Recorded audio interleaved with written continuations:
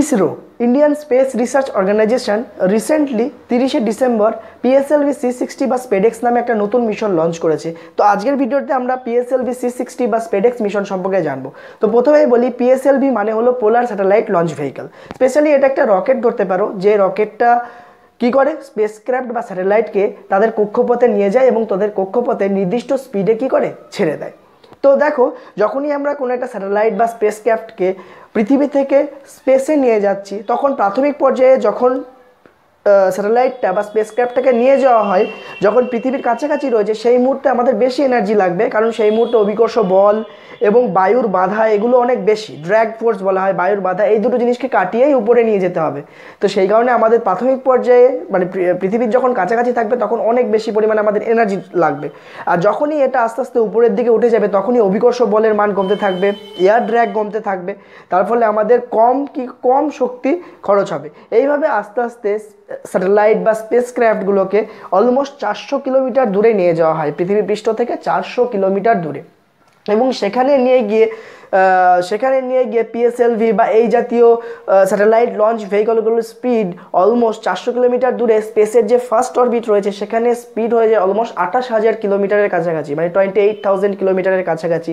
এবং সেই স্পিডে স্যাটেলাইট বা স্পেসক্রাফটগুলোকে ছেড়ে দেওয়া হয়। তাহলে অত স্পিডে যদি স্যাটেলাইট বা স্পেসক্রাফটগুলোকে ছেড়ে দেওয়া হয়, তাহলে সেগুলো এমনিতেই তো 400 কিলোমিটার দূরে, সেখানে যেহেতু বাতাস প্রায় নেই বললেই চলে, ভ্যাকুয়াম বললেই চলে, সেই কারণে বাতাসের বাধা তো সেখানে নেই।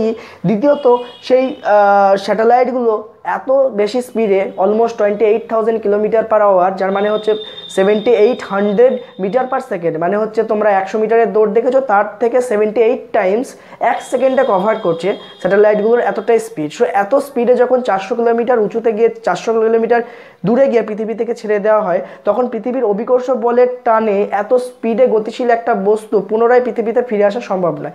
সেই কারণে এই স্যাটেলাইটগুলো এত স্পিডে যাচ্ছে এবং অভিকর্ষ অল্প পরিমাণে কিছুটা ক্ষীণ অভিকর্ষ বল রয়েছে, যার দরুন অভিকর্ষ বলের টান এবং এত স্পিডের জন্য স্যাটেলাইটটা পৃথিবীর চারিদিকে কী করে একটা বৃত্তাকার পথে ঘুরতে থাকে। তো এইভাবে করে কিন্তু স্যাটেলাইট বা স্পেসক্রাফটগুলোকে পৃথিবীর চারপাশে তাদের কক্ষপথের মধ্যে কী করা হয়, লঞ্চ করা হয়। এবার দেখো, আমাদের যে স্পেডেক্স মিশন সেটা সম্পর্কে বলি, যে স্পেডেক্স হলো স্পেস ডকিং এক্সপেরিমেন্ট। মানে স্পেশালি এটা একটা ডকিং বলতে কি, ডকিং বলতে হচ্ছে তোমার স্পেসের মধ্যে যে কোনো দুটো অবজেক্ট, হতে পারে স্পেসক্রাফট বা হতে পারে স্যাটেলাইট, সেগুলোকে জুড়ে দেওয়া, ডকিং করে দেওয়া।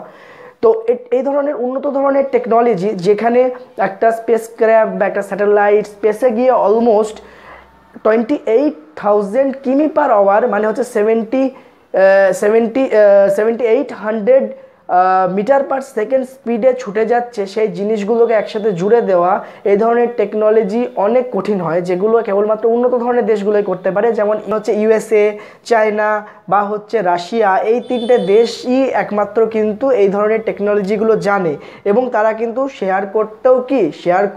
মানে তারা নিজেরা শেয়ার করতেও চায় না। তো আমাদের নিজেদের ভারতীয় প্রযুক্তিতে, ইন্ডিয়ান টেকনোলজিতে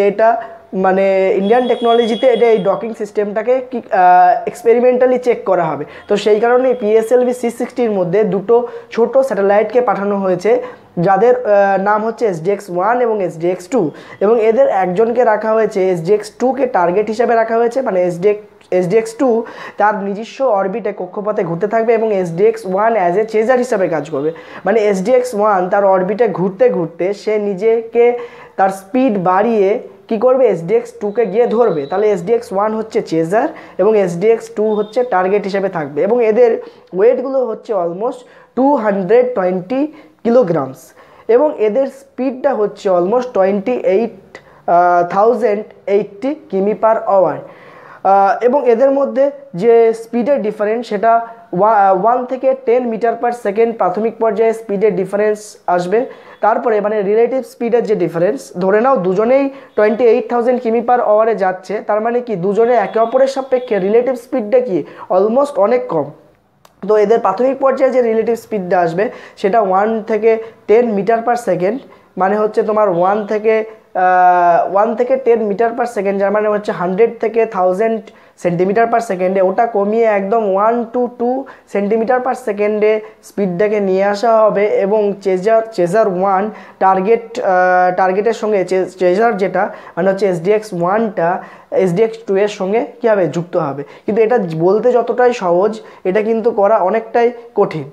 এবার দেখো দ্বিতীয় ব্যাপার হচ্ছে এই ধরনের ডকিং করে লাভ কোথায়, এই ধরনের ডকিং করে কি হবে। এই ধরনের ডকিং করে দেখো, ডকিং যদি করা যায় তাহলে যেমন ISS ইন্টারন্যাশনাল স্পেস স্টেশন রয়েছে, যেখানে কি বলতো, যেখানে হচ্ছে তোমার অ্যাস্ট্রোনটরা যাচ্ছে বা অ্যাস্ট্রোনটরা ঘুরে আসছে, এগুলো কীভাবে সম্ভব, এগুলো সবই কিন্তু ডকিংয়ের মধ্যে দিয়েই সম্ভব। ডকিং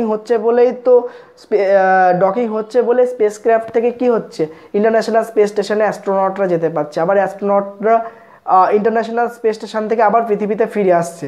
তো এগুলো সবই কিন্তু ডকিংয়ের মাধ্যমে পসিবল। এবং ডকিং যদি পসিবল হয় তাহলে পরবর্তী সময়ে চন্দ্রযান বা গগনযান যে সমস্ত মিশনগুলো রয়েছে ইন্ডিয়ার, সেগুলো করতেও কিন্তু অনেক সুবিধা হবে। এবং ডকিং সিস্টেমকে কাজে লাগিয়ে ভারতের নিজস্ব একটা স্পেস স্টেশন তৈরি করাও সম্ভব হতে পারে। এবং এই স্পেস স্টেশন যদি তৈরি করা সম্ভব হয় তাহলে বিভিন্ন স্যাটেলাইট লঞ্চ থেকে শুরু করে বিভিন্ন কিছু অনেক স্যাটেলাইট লঞ্চ করা অনেকটাই কিন্তু সুবিধা হবে। এবার দেখো ইন্টারন্যাশনাল স্পেস স্টেশন যেটা বলছিলাম আমি, তো ইন্টারন্যাশনাল স্পেস স্টেশনে এটার কাজ শুরু হয় প্রাথমিক পর্যায়ে 1998 সাল থেকে, মানে 1998 থেকে, এবং অলমোস্ট 13 ইয়ার্স বাদে 2011-এ গিয়ে এটা শেষ হয়। এবং এর ওয়েটটা হচ্ছে 4,20,000 কিলোগ্রাম ওয়েট, মানে বুঝতে পারছো 4,20,000 কিলোগ্রাম ওয়েটের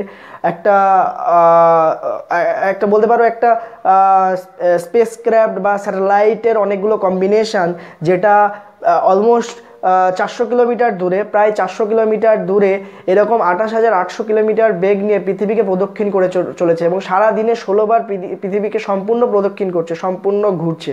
তো এরকমই একটা এবং এই স্পেস স্টেশনের মধ্যে মানুষ থাকার মতো উপযুক্ত পরিবেশ তৈরি করা হয়েছে, সেখানে গিয়ে অ্যাস্ট্রোনটরা থাকছে এবং বিভিন্ন উন্নত ধরনের গবেষণা করা সম্ভব হচ্ছে। তো যদি ডকিং সিস্টেমটা করা যায়, ডকিং হচ্ছে একদম প্রাথমিক পর্যায়, তো তাহলে কিন্তু ইসরোর জন্য তোমার ইন্ডিয়ার নিজস্ব একটা স্পেস স্টেশন খোলার একদম প্রথম ধাপটাই কিন্তু খুলে যাবে।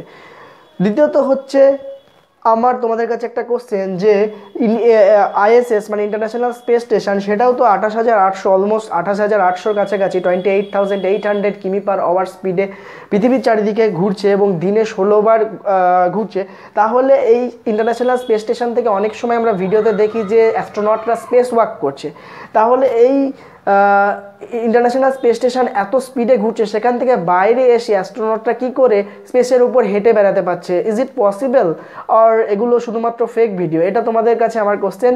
যদি তোমরা এটা উত্তর দেওয়ার চেষ্টা করো, আর পরবর্তী ভিডিওতে আমরা এটারই এক্সপ্লেনেশন জানবো কী করে পসিবল হচ্ছে। ওকে, গুড বাই।